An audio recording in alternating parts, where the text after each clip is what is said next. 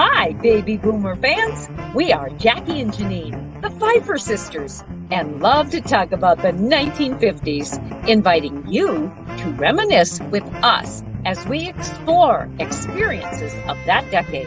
Grab your favorite malt or Green River. Make sure you are wide awake and get ready to be inspired about the 1950s. Welcome to the 1950s Fun Chat. Hello, folks. Thank you for joining us again today. It's always a pleasure to have you in our audience and to have you explore the 1950s with us. Today is number 133 in our Fun Chats. And Jackie, we have another outstanding guest who can tell us about this awesome 94-year-old organization in North Dakota. Yes. And to begin with, I always like to have our viewers note the purple banner on the bottom of the screen. www.wildwindmillwatch.com is where you'll find all sorts of information about the book, which you see in the upper right-hand corner, and about the vendors, the places where the authors may be appearing, and the 1950s Fun Chat. We have, as Janine mentioned, quite a few there with a variety of people from from all over the world, actually. So we would encourage you to take a look at those. Also, upper right-hand corner, that little book has a beautiful North Dakota sunset wrapping around on its cover. And see that little white dot there? That is a very special prize that the book received in 2022. It's won the Independent Press Award for in the regional category and was awarded the Distinguished Favorite honor. So let's get going. So now those of you who have watched the 1950s Fun Chat know a little bit about it and how it even began. Well, the 1950s Fun Chat has evolved from chatting with guests who were born in the 1950s to guests being influenced by the 1950s to educating ourselves and our audiences with a variety of topics having influenced before, during, and after the decade of the 50s. So it's quite encompassing. So this young lady, Julie Ellingson, was born in 1974. She's a graduate of Mandan, North Dakota High School, Bismarck State College, and North Dakota State University, where she studied mass communications and general agriculture, was active in collegiate judging teams, the Post-Secondary Agricultural Students Organization, the Saddle and Sirloin Club, student government, and college newspapers. Julie is a fourth-generation registered Angus breeder from St. Anthony, North Dakota. She, her husband Chad, and their family operate the Ellingson Angus ranch where Julie was raised. The family has an extensive artificial insemination and embryo transplant program, hosts an annual production sale each February, and takes pride in helping its customers market their feeder calves and replacement females. Julie is the executive vice president of the North Dakota Stockmen Association, and we're going to learn more about that today. Julie, welcome to the 1950s Fun Chat. Thank you. It's great to be here. So you were not yet born during the decade of the 1950s, but tell us how the 1950s influenced you in any way.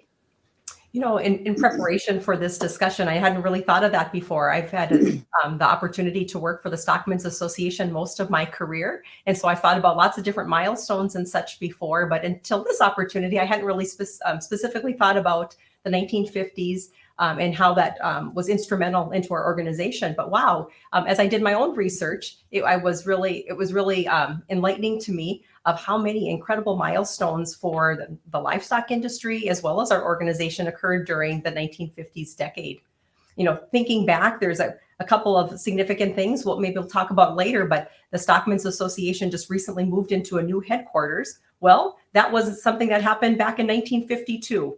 In 1950, for the first time, the headquarters office for the association moved from Minot to Bismarck.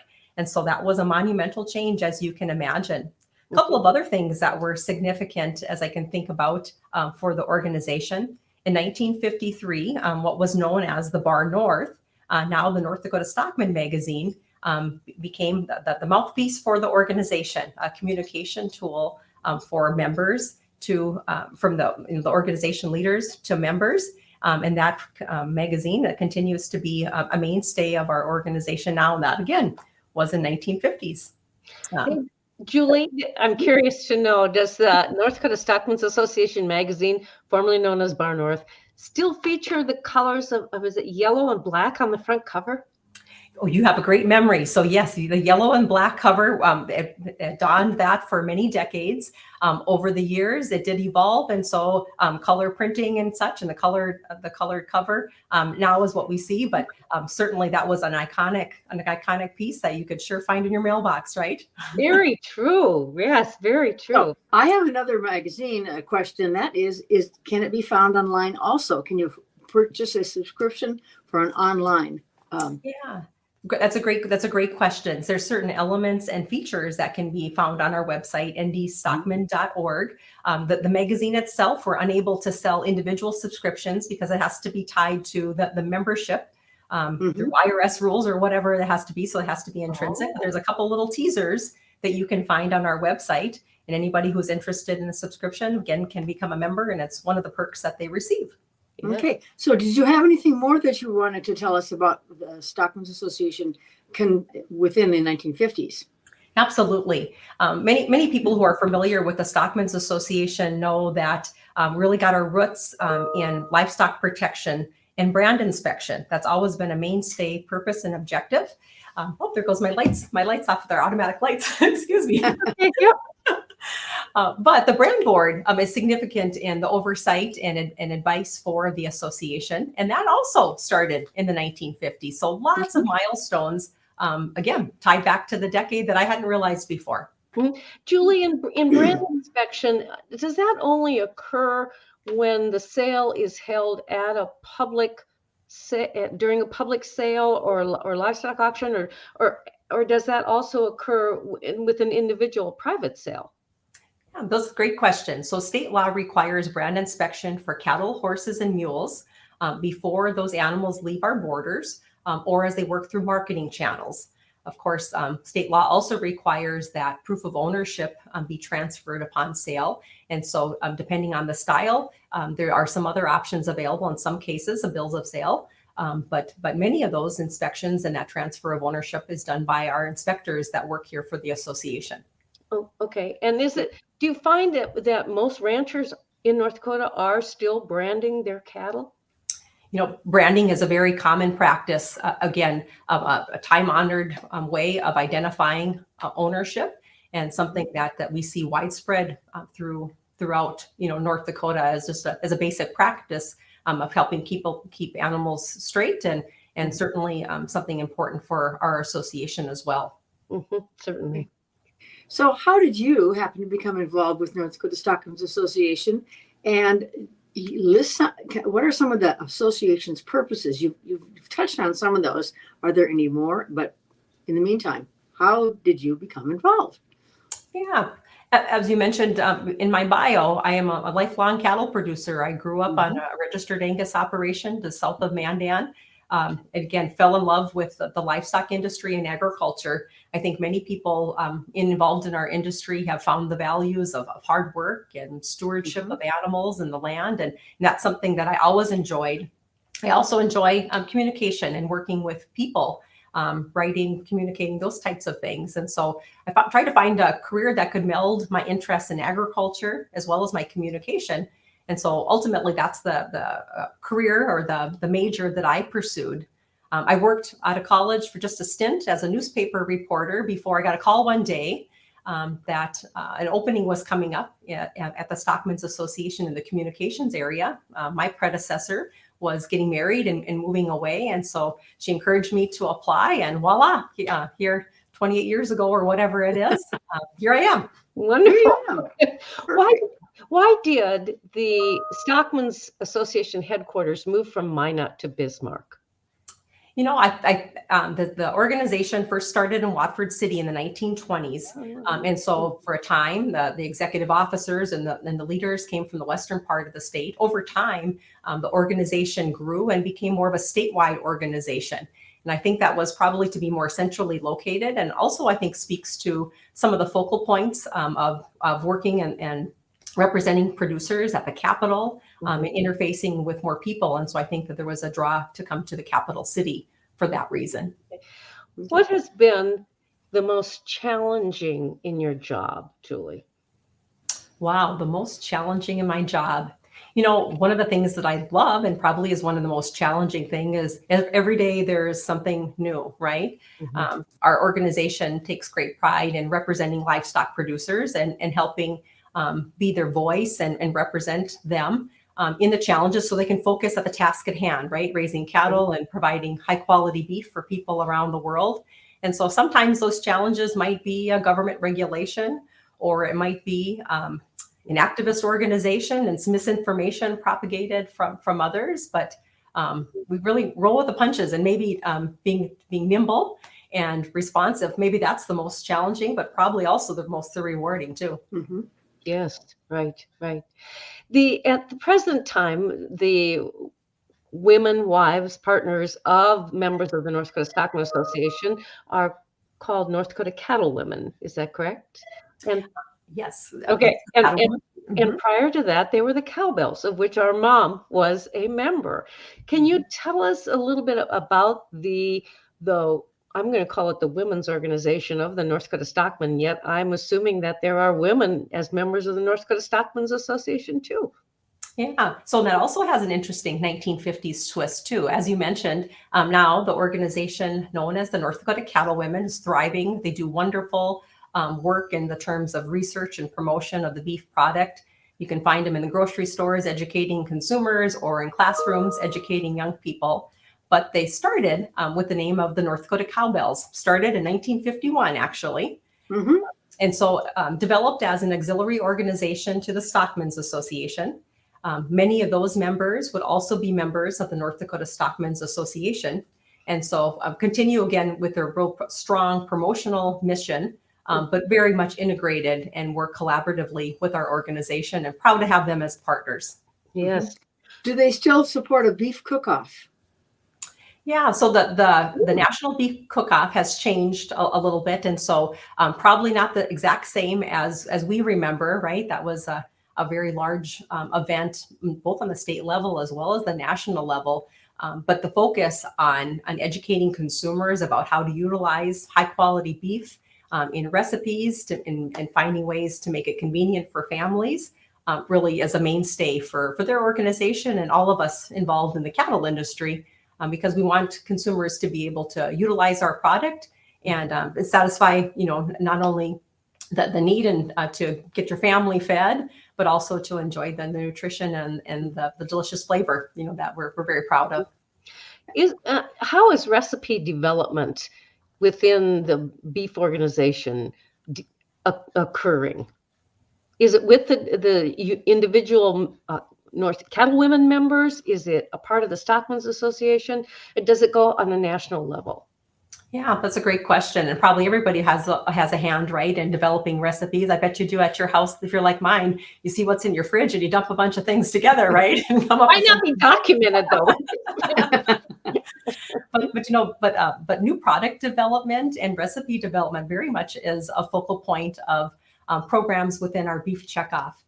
People might be familiar with the education and research effort funded by producers when they sell livestock, but that really is a focal point again too of coming up with new ideas, even identifying new cuts that are available by different processes or whatever through the harvest process. But yeah, very much so to stay on the cusp and to be provide a product that fits into the diet and gives variety as well to fit into lots of different palates. Well, with the upcoming warmer weather, and it'll begin to be more grilling season again, do you find that more beef is sold during the warm weather months just because of the grilling aspect? Or is there something else that you can help attribute to that? Yes, so grilling season is very much a focal point for, again, for beef sales, especially in the United States. At my house, right, we have beef 3 times a day. And so that not everybody eats that as frequent, but certainly grilling season kind of brings that to the limelight course, we find that, beef fits into the diet in lots of different ways. And so if you're looking for the warmer comfort food, there's, the wonderful stews and roasts and prime ribs, right, that find their way to the dinner table. And again, the versatility of ground beef and steaks for the grill will certainly be a highlight. And as I look out my window, we're maybe not that far away. Right. Well, this fun chat will stream up after Easter, I believe it is. But at our house we're having pot roast for our family, so I think that you would like that. Yeah. Before we leave this topic, I wanted to mention ground beef used in brownies. Have you ever tasted that? I have, and I think that was probably a cowbell recipe, right? It was, right. It's been a long time, but yeah. You wouldn't realize the versatility, right? Right. You get your protein in your brownie. When you talk about marketing North Dakota beef, is it primarily within the state of North Dakota, within the United States, or is North Dakota beef sold outside of this country as well? Yes, all of those things. Of course, North Dakota is largely a cow-calf producing state. So the majority of our producers are raising mother cows and raising calves. Many of them are being born on ranches here in North Dakota right now. We have some feeding. And so, many of those calves would be backgrounded after they're weaned and some finishing. But largely, most of our cattle still will go out of state and be finally finished or whatever. That being said, there's marketing of beef. Both that is what's processed here. There's that's processed out of state, and that goes again all across the United States and the world. We've taken a little dip here the last couple of years because of the strength of the U.S. dollar, but imports or exports from U.S. beef to other countries have been at all-time high. And again, the world recognizing the high quality value of the protein that we raise here in North Dakota in the United States. In many cases, some of those countries becoming more affluent and able to afford higher quality proteins as well. Also, go ahead. Can you think of a country or countries that where specifically do you have that information where North Dakota beef is processed or used? U.S. wide, some of our largest customers, of course, are neighboring countries, Canada and Mexico. But also there's a very large export market in the Pacific Rim. So Japan, Korea, the Philippines have long been strong U.S. beef customers. Interestingly, a few years ago, there was a trade agreement with China. And so, of course, massive population there and some opportunity to grow a market where we haven't been in before. So again, all over the world, our neighbors buy a lot of North Dakota U.S. beef. But again, send a lot of that to the Pacific Rim.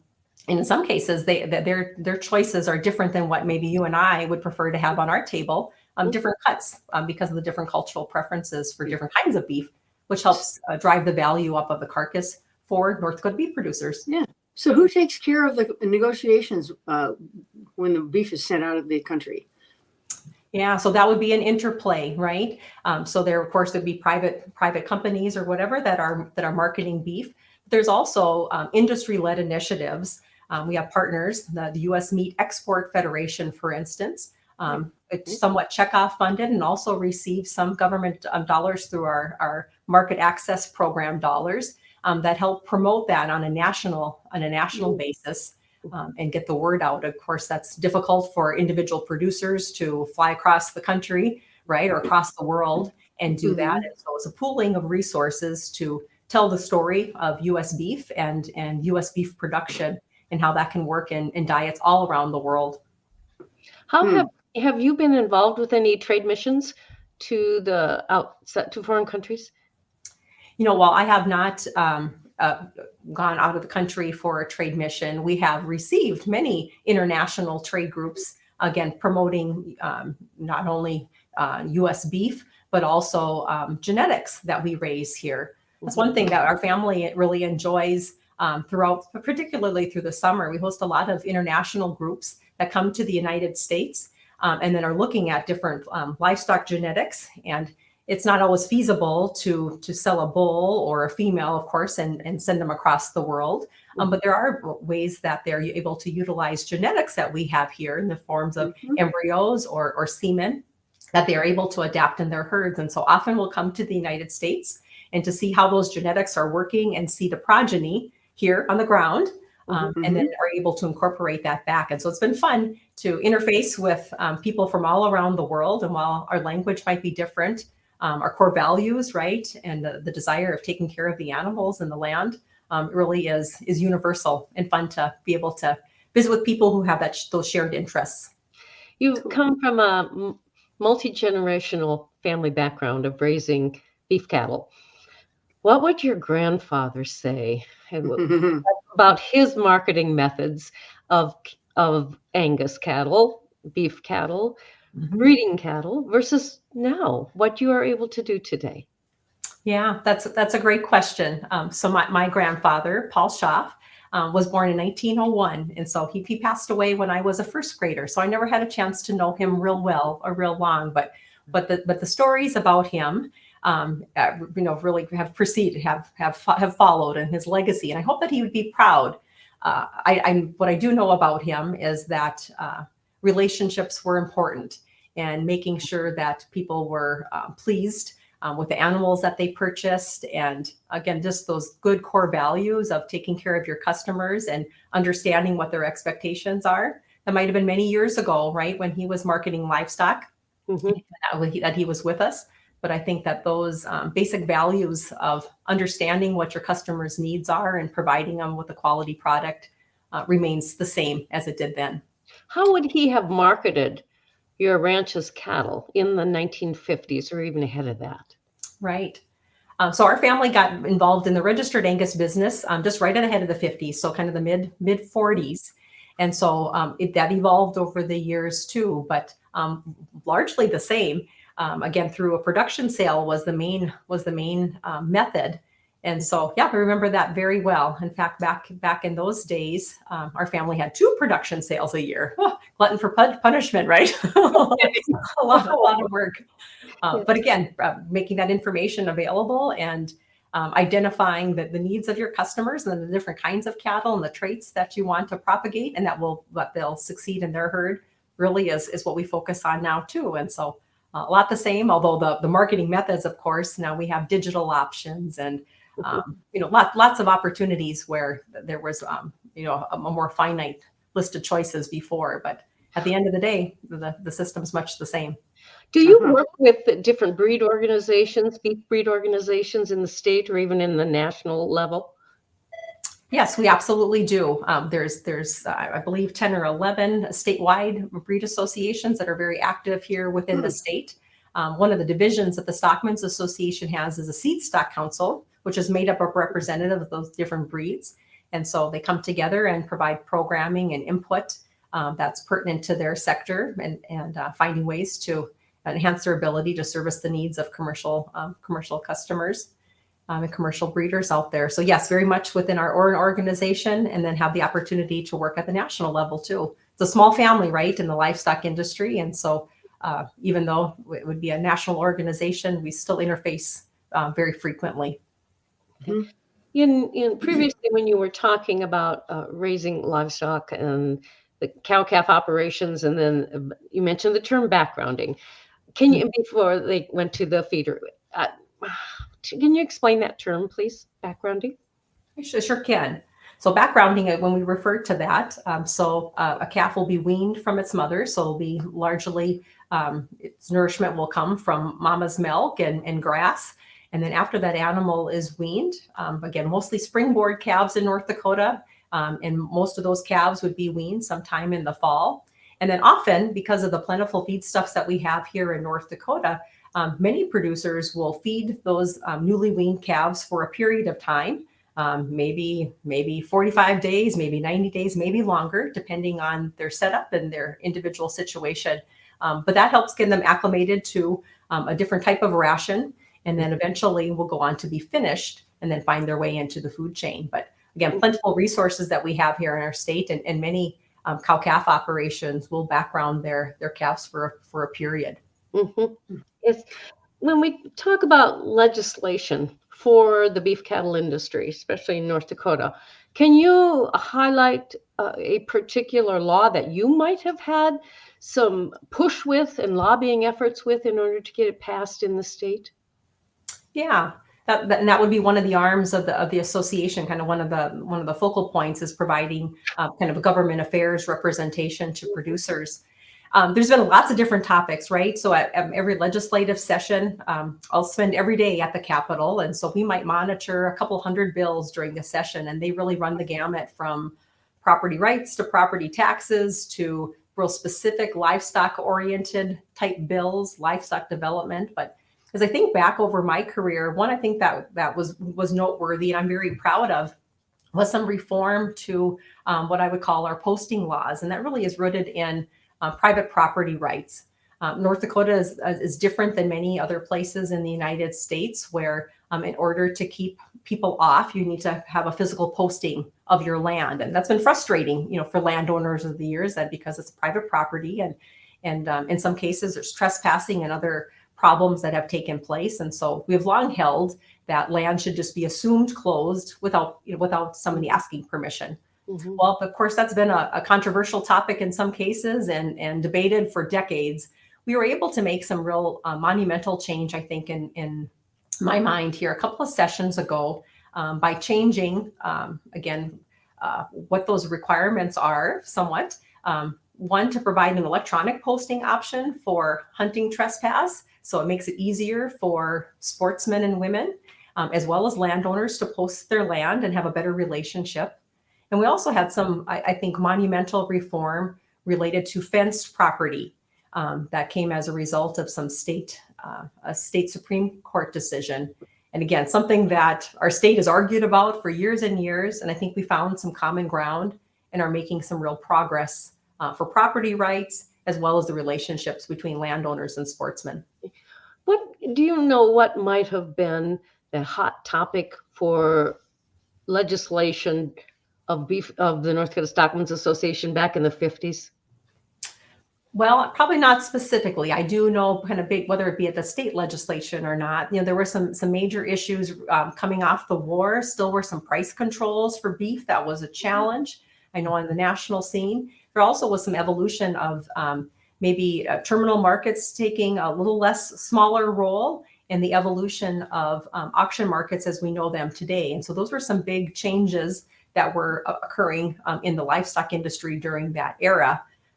Whether or not I suspect that there would be some legislation pertinent to that as well. The specific bills or whatever I'm not familiar with, but big topics that I know that they wrestled with. Mm-hmm. Well, it seems as though that today the terminal livestock market is basically dwindled away. But yet, at least where we're from and what I'm associated with, where such as in North Dakota, in West Fargo, or in St. Paul. Mm-hmm. But it seems as though the smaller livestock marketing opportunity is still available in different towns. Those sale barns are still going and still going strong, it seems to me, in what I know. Can you address that as far as the changes that might have been occurring since the 50s in regard to where livestock, beef cattle, are marketed in North Dakota? Mm-hmm. Right. As you described, there has been a change, right, from those terminal markets, which were the mainstay back in that era.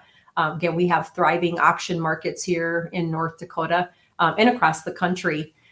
Over the years, we've also seen the evolution of other marketing channels. We talked a little bit about, some of the marketing of the beef, but same thing with the cattle, right? So many cattle would be contracted directly off the farm. We see that.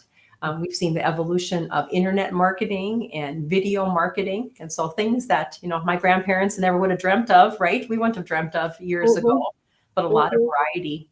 On the beef side too, thinking about that, in 2020, of course, the world was in a spin with the pandemic, and people found creative ways of sourcing beef at that time. We all know what the grocery stores looked like in those shelves. And one of the things that flew off the shelf, again, high quality protein. People are looking to feed their family and spend more time at home.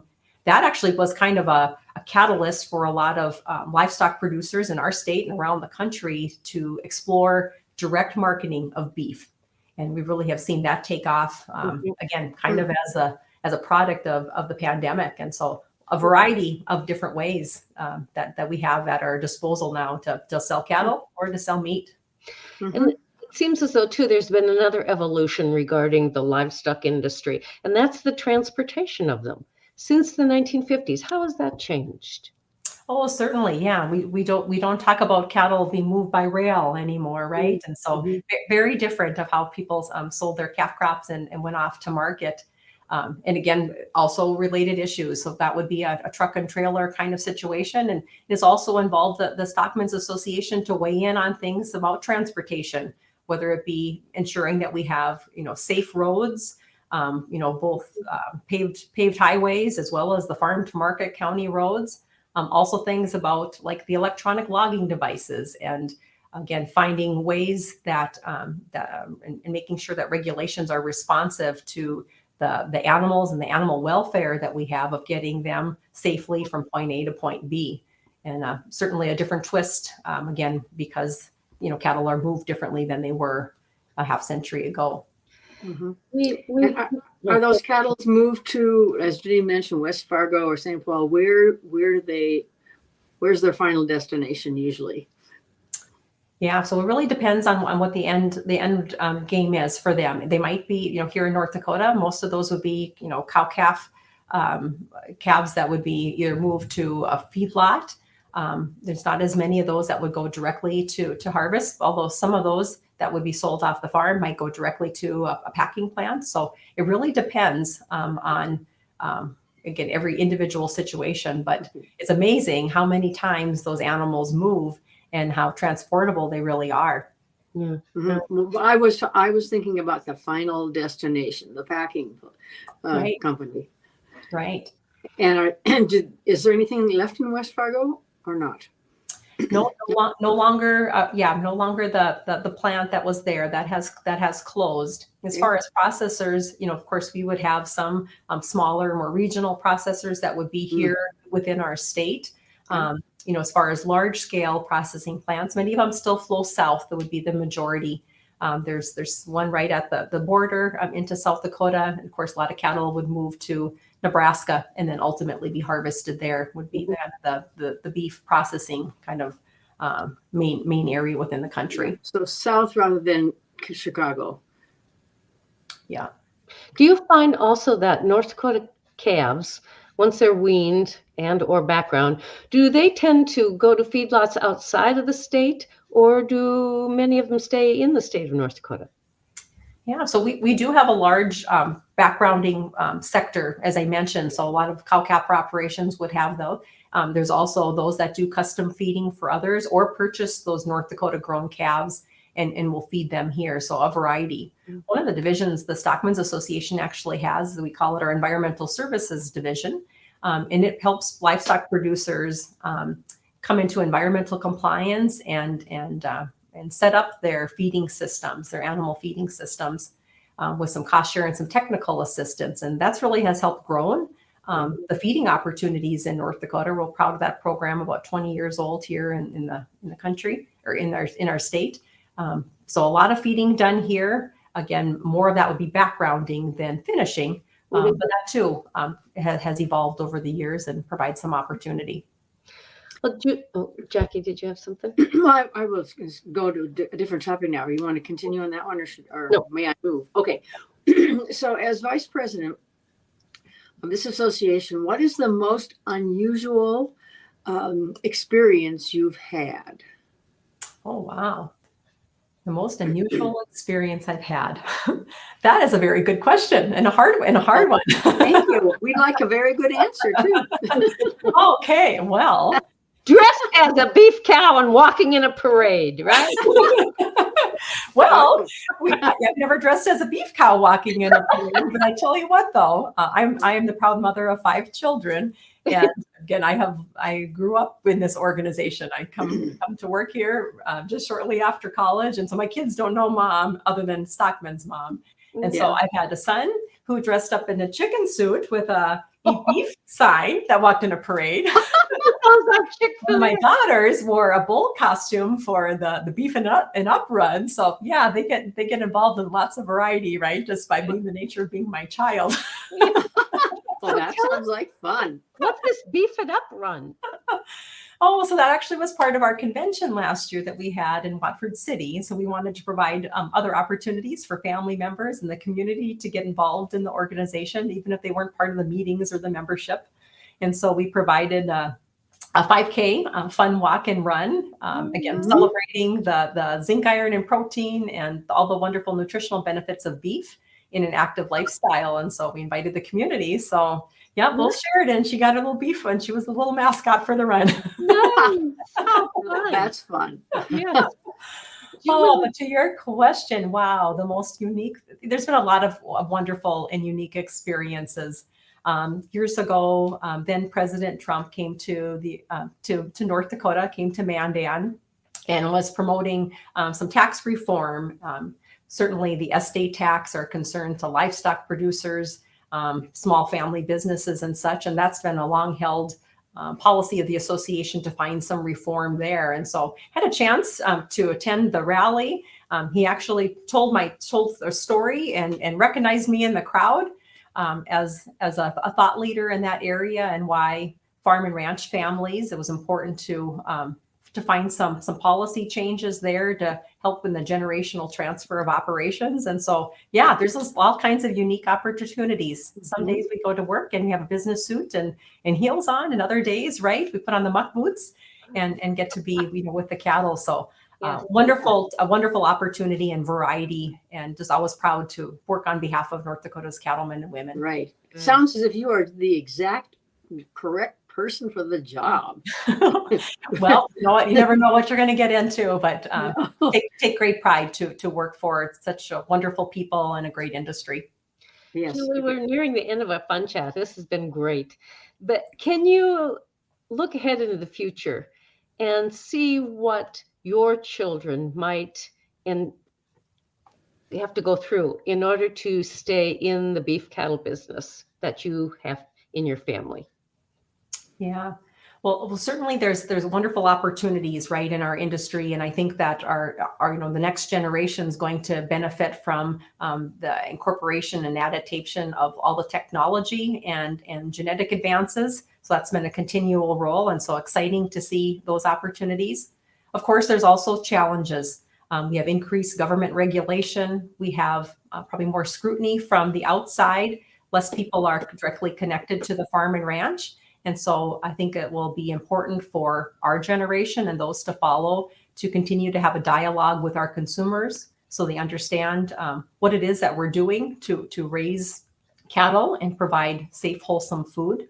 And so I think that those are dynamics that will continue to grow, particularly as our population changes and the background within agriculture is. But lots of opportunity. It's a fun time to be in the cattle business, and certainly a rewarding industry and a rewarding way of life. Wonderful. Thank you for serving as a spokesperson for North Dakota Stockmen. We're just so grateful, Julie Ellingson, that you have joined us today for this fun chat. Jackie, where can you take us to close our program?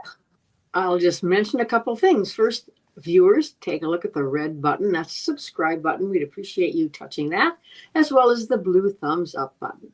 So until next time, well, tell your friends and even your family about the 1950s fun chat. So till next time, toodaloo.